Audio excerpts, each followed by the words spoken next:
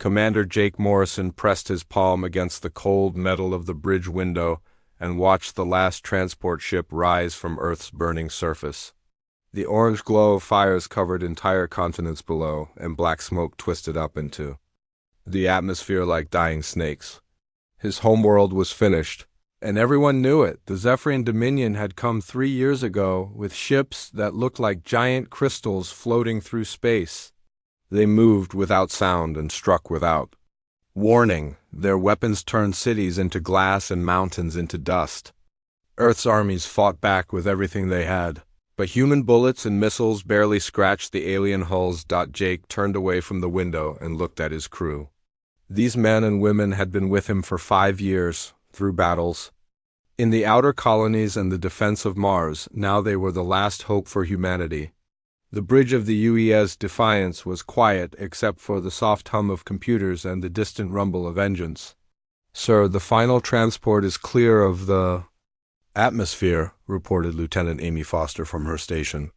Her voice was steady, but Jake could see the tears in her eyes. She had family down there, just like most of them did. "Good. Signal the fleet. Tell them we're moving to jump position." Jake walked to the center of the bridge and activated the communication system. 11 other ships waited in formation around Earth. They carried 3 million people, the last survivors of a species that once numbered in the billions. The hologram of Admiral Kate Sullivan appeared in front of him. She was 65 years old, with gray hair and scars on her face from the Battle of Europa. She had been fighting the Dominion longer than anyone and had seen more friends die than she could count. "Jake, are you ready for this?" she asked.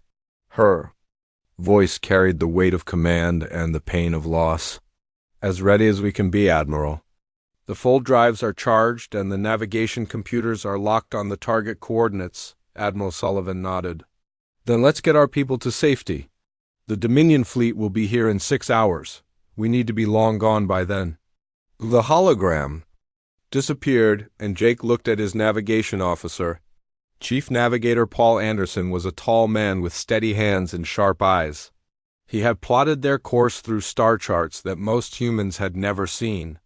"Paul, tell me again about this place we're going to." Paul pulled up a star map on the main screen.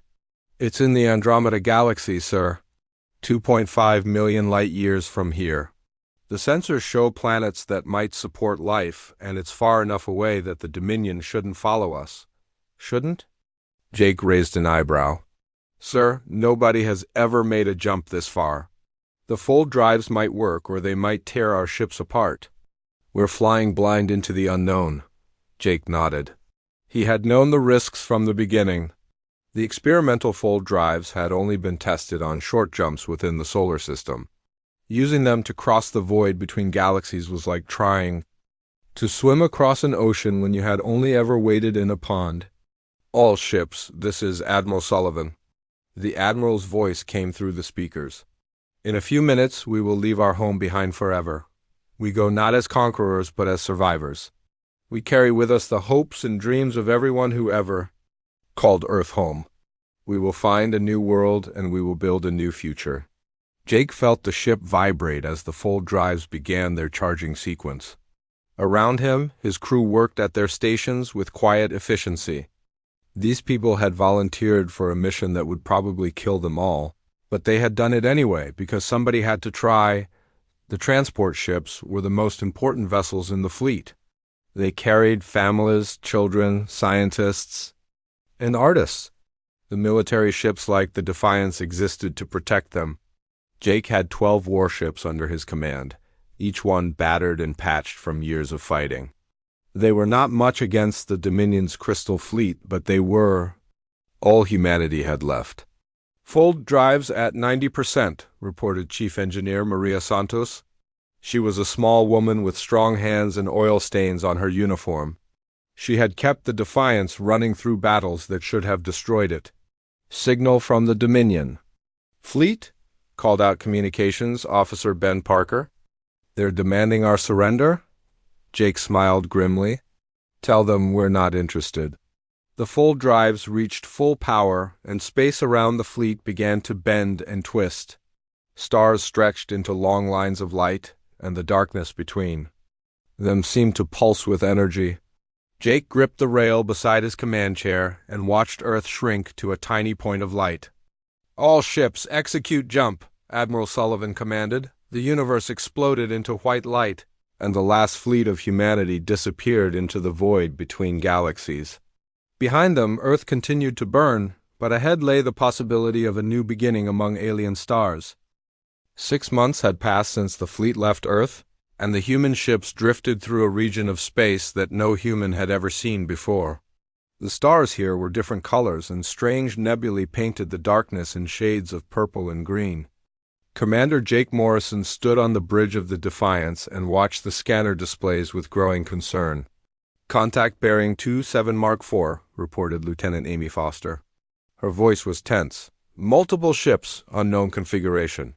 Jake moved to the tactical display and studied the incoming vessels. They were sleek and silver, with wings that curved like the blades of a sword. The ships moved in perfect formation, closing on the human fleet with obvious hostile intent. "Signal from the lead vessel," called Communications Officer Ben Parker. "They're transmitting on multiple frequencies. Put it through." The main screen flickered and an alien face appeared. The being had blue skin, 4 eyes, and a mouth filled with sharp teeth. When it spoke, the translation computers converted its words into broken English. "Human vessels, you enter sacred space of hegemony. Of Keth, turn back or face destruction." Admiral Sullivan's voice came through the comm system. "All ships prepare for possible combat. Transport vessels to the center of the formation." Jake looked at his crew. They had been hoping for a peaceful passage through this sector, but it seemed the universe had other plans. The Keth ships were faster and more advanced than anything the humans had, but the fleet had no choice except to fight. "Sir, the Keth are launching fighters," reported Tactical Officer Lisa Rodriguez. She was young but skilled, with quick reflexes and a sharp mind. 48 craft inbound. The first wave of enemy fighters swept toward the human ships like angry hornets. Their weapons fired beams of blue energy that cut through space with deadly precision. The used Valiant, one of the escort destroyers, took the first hit. Its shields flared and died, and atmosphere vented from a breach in the hull. "Return fire," Jake ordered. "All batteries, target the fighters." The Defiance's guns opened up, sending streams of projectiles into the alien formation. The human weapons were primitive compared to the Keth energy beams, but they were reliable and deadly.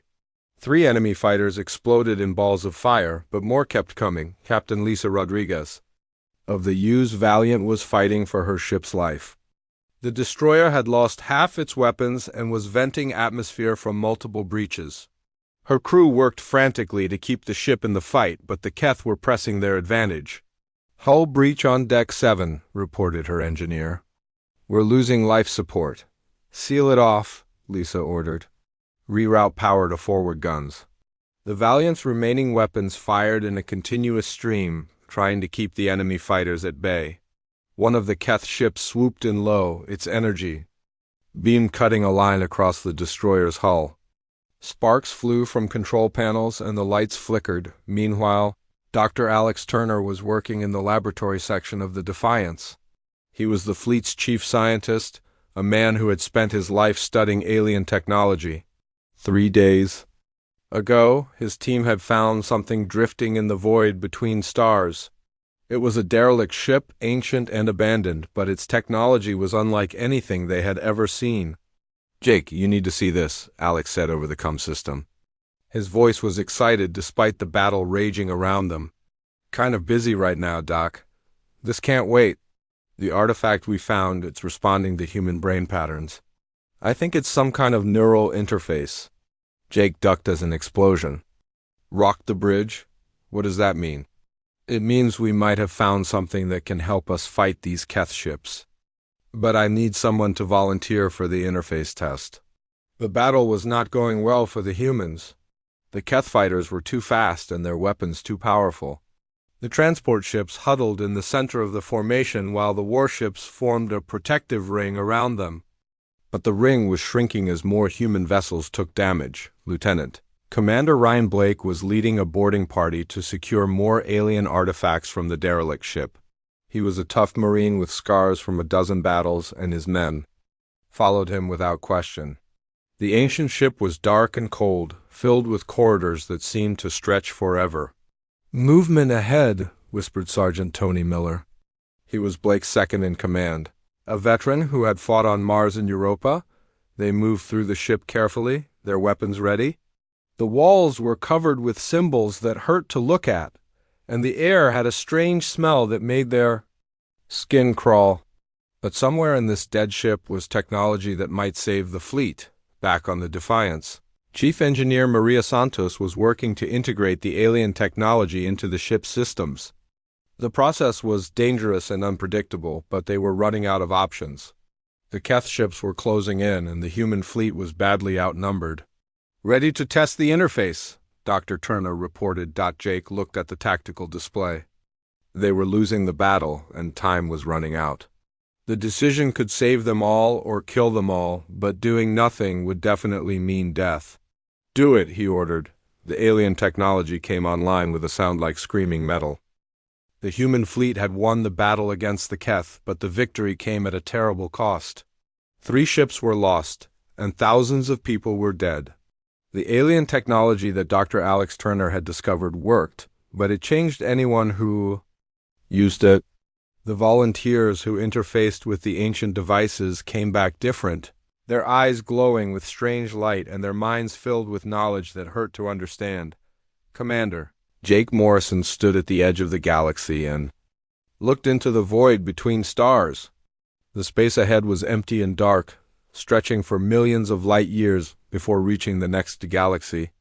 No human had ever crossed such a distance, and the fold drives were already showing signs of strain from the long journey. "Sir, we're picking up movement in the void," reported Lieutenant Amy Foster. Her voice was worried. "The sensors are showing something massive out there." Jake studied the display. At first, he saw nothing but darkness. Then the scanners detected faint energy, signatures moving through the empty space. The readings made no sense. The objects were huge, bigger than any ship, but they gave off no heat and reflected no light. "What are we looking at?" Jake asked. Dr. Turner appeared on the bridge, walking slowly and carefully. The neural interface with the alien technology had changed him. His hair had turned white, and his eyes now glowed with a faint blue light. When he spoke, his voice carried echoes of something ancient and alien. "They are the Void Walkers," he said. "And the technology showed me their memories. They are beings of pure energy that live in the space between galaxies. They feed on the electromagnetic signatures of ships and technology. Are they dangerous?" "Very. Our passage through their territory has drawn their attention." "They see us as food?" Admiral Sullivan's voice came through the CUM system. "All ships, we have a problem. The transport vessels are too slow to outrun whatever is coming toward us. We need to make a choice." Jake felt his stomach tighten. He knew what the Admiral was thinking.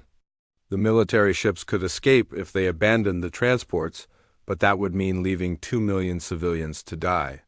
The alternative was to stay and fight creatures that existed as pure energy. "Admiral, we're not leaving anyone behind." Jake said into the CUM, "Jake, be practical. If we lose the military ships, everyone dies. If we save the warships, at least some humans survive." Captain Tom Williams of the UES Liberty broke into the conversation. "With respect, Admiral, I didn't sign up to abandon civilians. My ship stays with the fleet." Other captains began voicing their agreement. The debate grew heated as the energy signatures in the void came closer. The Void Walkers moved without ships or engines, traveling through space by will alone. They were ancient beyond human understanding, and they were hungry. Chief Medical Officer Dr. Susan Carter was working frantically in the medical bay. She had been studying the effects of the alien technology on the volunteers, and she had discovered something important. The neural interface changed human brain patterns in a way that seemed to repel the Void Walkers. "Jake, I need to talk to you," she said over the CUM. "The people who use the alien technology, their brainwaves are different. The Void Walkers might not be able to feed on them. What does that mean? It means we might be able to use human consciousness as a weapon. But it would require volunteers, and the process might kill them. The first Void Walker appeared on the long-range sensors. It was a creature of swirling energy, bigger than a city and older than human civilization. It moved through space like a living storm, reaching toward the fleet with tendrils of pure power. "All ships emergency stations," Admiral Sullivan ordered. "Prepare for contact with unknown entities." The Void Walker struck the outermost transport ship without warning. Its energy form phased through the hull like it was made of air. The ship's lights flickered and died as the creature fed on its power systems. Inside, 300,000 people screamed as their life support failed. "Return fire," Jake ordered, but the weapons passed through the creature without effect. Missiles and energy beams had no impact on a being made of pure thought and hunger. Dr. Carter's voice came through the CUM system. "I need volunteers for the neural interface. People who are willing to risk their minds to save the fleet." Lieutenant Commander Ryan Blake was the first to volunteer. He had led the boarding parties that secured the alien artifacts, and he understood. "The risk's better than anyone. I'll do it," he said. "Ryan, you don't understand what you're volunteering for," Dr. Carter warned. "The interface will change you permanently. You might not be human anymore when it's done." "Doc, if we don't try something, nobody will be human anymore. Dead people don't get to worry about what species they belong to." More volunteers stepped forward. Marine Sergeant Tony Miller, Communications Officer Ben Parker, and a dozen others from different ships. They were all scared, but they were more afraid of letting their friends and families die. The second Void Walker appeared, and then a third. They surrounded the fleet like predators circling wounded prey. The human ships were helpless against creatures that existed beyond the normal laws of physics. But human will and determination had faced impossible odds before. Dr. Carter began the neural interface process as the Void Walkers closed in. The volunteers screamed as alien knowledge flooded their minds, but they held on. They had to hold on, because 3 million people were counting on them to find a way to fight monsters made of starlight and hunger. The human fleet emerged from the void between galaxies like ships sailing out of a storm. The Void Walkers had been defeated, but the victory cost them dearly. Half the volunteers who underwent the neural interface process were dead, and the survivors were changed forever. Their eyes glowed with alien light, and they spoke in whispers about things that existed beyond human understanding. Commander Jake Morrison stood on the bridge of the Defiance and stared at the sight before them. In the distance, a massive structure orbited a dying red star. It was bigger than any space station humans had ever built, with towers that stretched for hundreds of miles and docking bays that could hold entire fleets. The structure pulsed with energy, and its surface was covered with the lights of 1,000 different civilizations. "Sir, we're receiving a transmission," reported Communications Officer Ben Parker. His voice was different now, carrying strange harmonics from his neural interface with the alien technology. "It's coming from the station. Put it through." The main screen flickered and a figure appeared. It was not quite human and not quite machine, but something in between. Its face was metallic, with glowing circuits running beneath synthetic skin. When it spoke, its voice was calm and ancient. "Welcome, travelers from the distant galaxy. I am the curator of this station. You carry technology that interests me greatly. I offer you sanctuary in exchange for knowledge." Admiral Sullivan's voice came through the CUM system. "This is Admiral Kate Sullivan of the Earth Defense Fleet. We are refugees seeking safe passage to uninhabited worlds." "I understand your situation," the curator replied. "This station houses refugees from many worlds. Some have been here for centuries, others for millennia. You may join them if you wish." Jake looked at his crew. They had been traveling for over a year, and the ships were starting to show signs of wear. The people were tired and scared, and the promise of safety was tempting, but something about the curator made him uneasy. "What do you want in return?" Jake asked. "Simply to study the artifacts you have integrated into your ships." The technology is very old, and I believe it may be connected to the builders of this station. Dr. Alex Turner appeared on the bridge. The neural interface had changed him more than anyone else. His hair was now completely white, and his eyes glowed with blue fire. He moved like someone carrying a great weight, and when he spoke, his words carried the echo of ancient voices. "The artifacts are precursor technology," he said. "They were left behind by a race that once ruled this galaxy. The curator speaks the truth about their connection to this station." The fleet docked at the massive station, and Jake led an exploration team into its depths.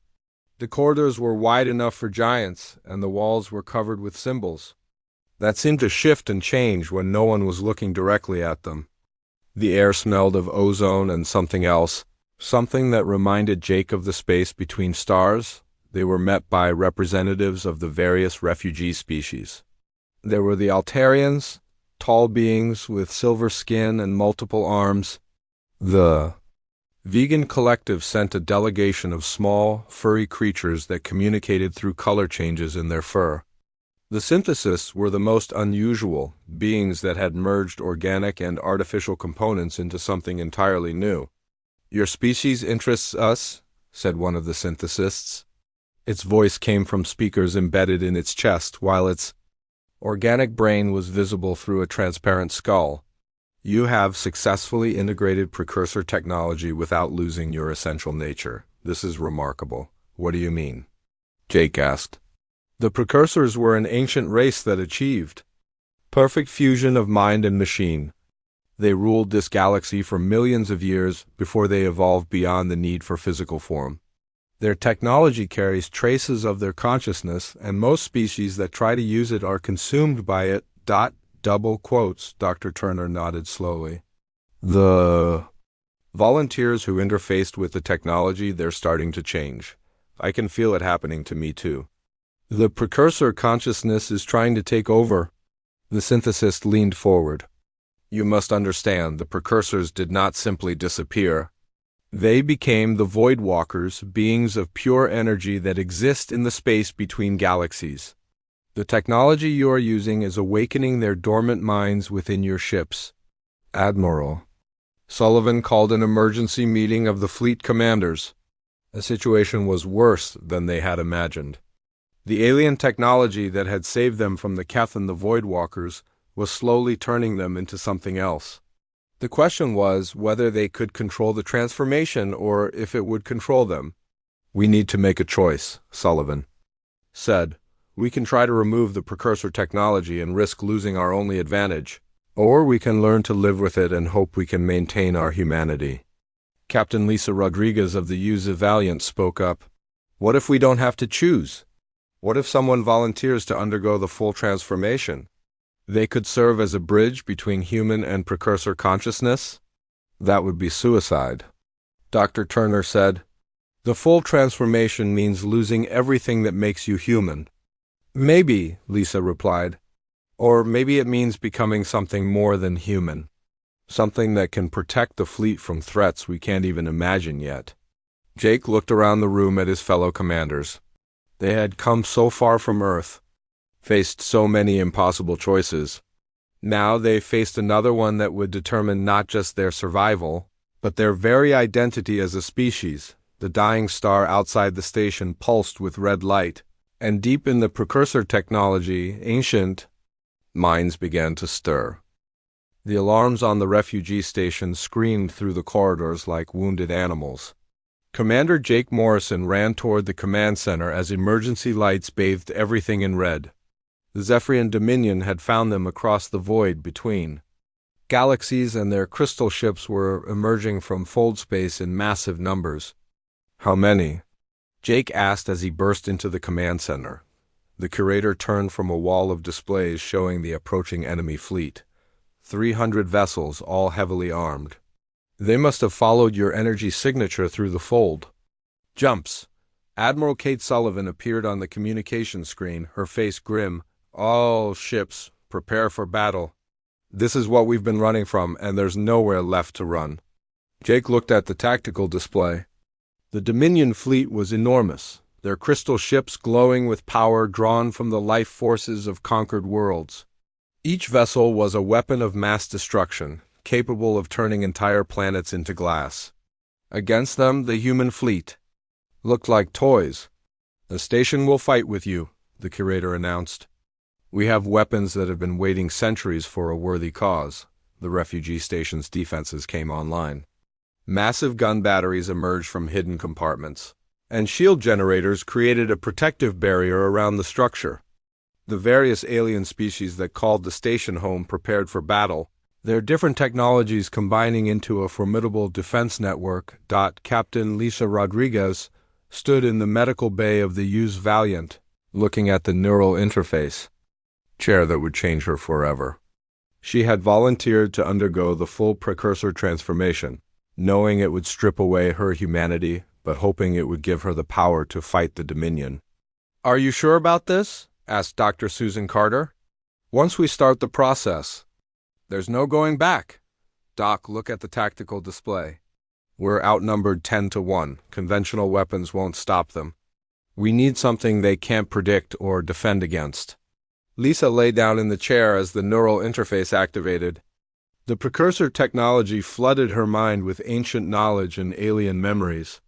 She screamed as her consciousness expanded beyond human limits, her body beginning to glow with energy that had not been seen in the galaxy for millions of years. The first wave of Dominion fighters struck the station's outer defenses, their crystal hulls shimmered as they absorbed energy from the defenders' weapons and redirected it back at double strength.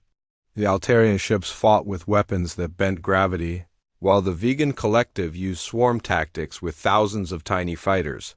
Commander Jake Morrison led the human ships in a desperate charge toward the Dominion flagship. The massive crystal vessel was 3 miles long and pulsed with the stolen life force of entire worlds. Its weapons could destroy planets, and its shields seemed impossible to penetrate. "All ships, concentrate fire on the flagship," Jake ordered. "We need to take out their command structure." The human weapons opened fire, but their missiles and energy beams barely scratched the enemy vessel. The Dominion ship responded by firing a beam of pure destruction that cut through 2 human destroyers like they were made of paper. Lieutenant Commander Ryan Blake was still leading boarding parties, this time targeting the smaller Dominion vessels.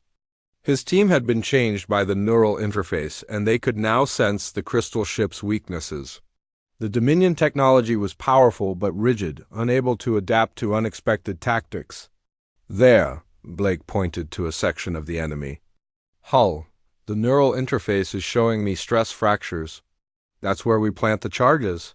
His team moved through the crystal corridors like ghosts, their enhanced senses allowing them to avoid the alien defenders. The Dominion warriors were tall and thin, with crystalline armor that reflected their ship's design. They fought with weapons that fired beams of concentrated life force, but the modified humans could dodge attacks that would have killed them. Before back on the station, the full transformation was complete. Lisa Rodriguez no longer existed as a human being. She had become something between matter and energy, a bridge between the physical world and the realm of pure consciousness. Her new form could phase through solid matter and manipulate energy at the fundamental level. "I can feel them," she said, her voice now carrying harmonics that hurt to hear.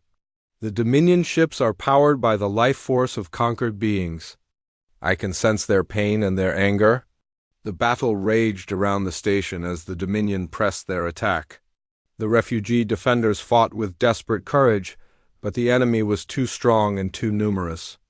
One by one, the defending ships were overwhelmed and destroyed.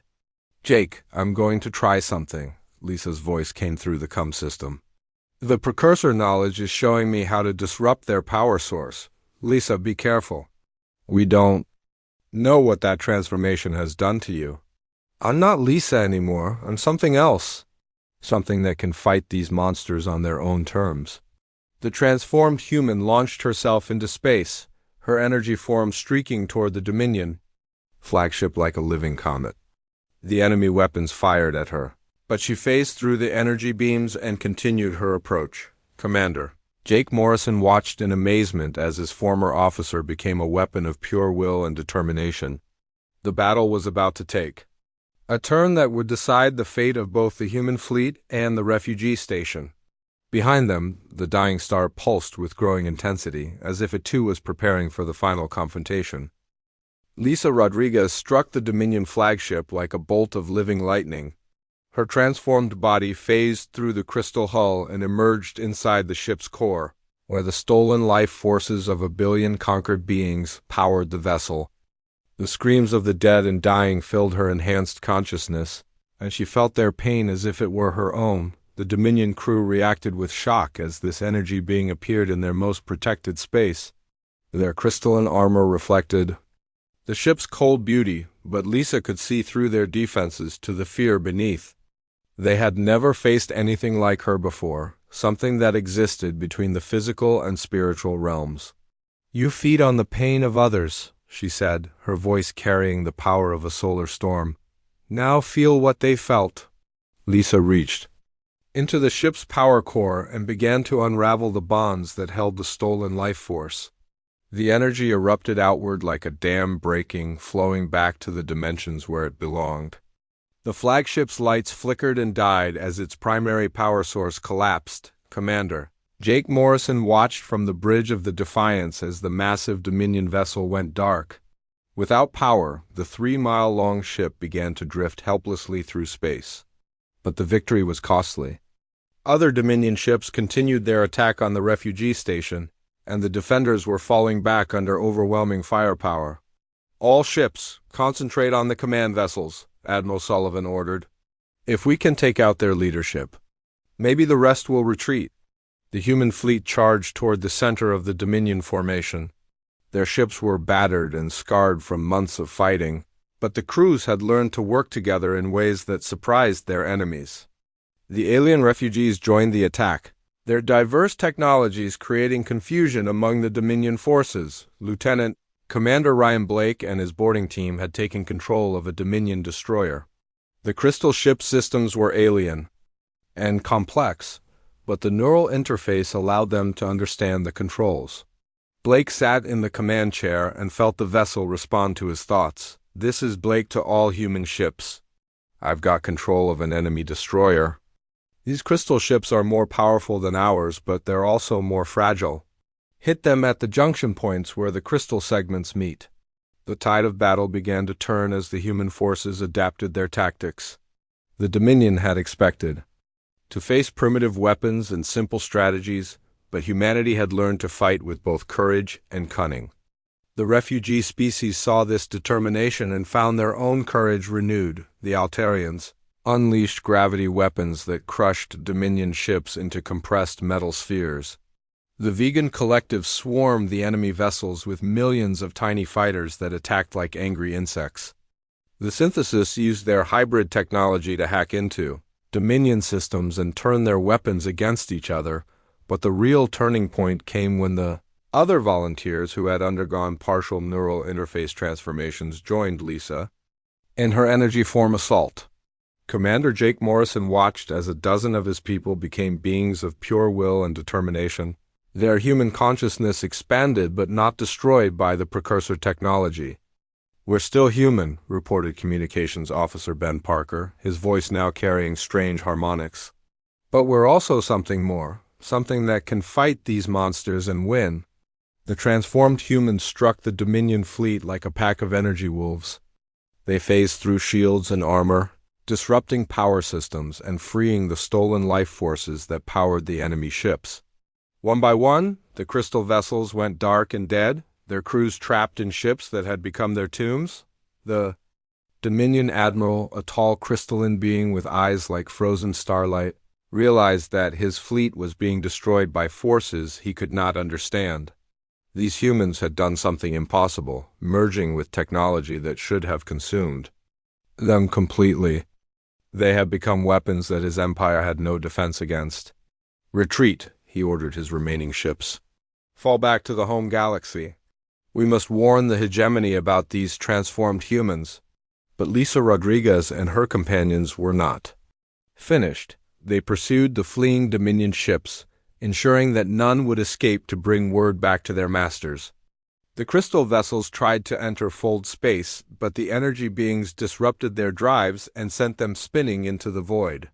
Admiral Kate Sullivan stood in the command center of the refugee station and watched the last Dominion ship explode in a ball of fire. The battle was over, and somehow, impossibly, they had won. The refugees from dozens of worlds cheered and celebrated, but Sullivan felt the weight of what they had accomplished. The Dominion will send more ships, the curator warned. This victory will not go unanswered. Let them come, Jake Morrison said. We're not the same species that fled Earth. We've become something new, something that can fight back.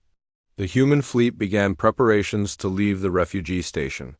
They had found allies and learned to use their enhanced abilities, but their real destination lay ahead in the unexplored regions of the Andromeda Galaxy.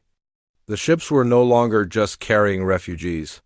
They were carrying the seeds of a new human civilization, one that had been forged in the fires of war and tempered by the wisdom of ancient races. As the fleet prepared to depart, Jake Morrison made one final entry in the ship's log. We came from Earth as the last survivors of our species. We leave here as the first generation of something greater. The fire that burned our homeworld now burns in the stars of Andromeda, and it will never be extinguished.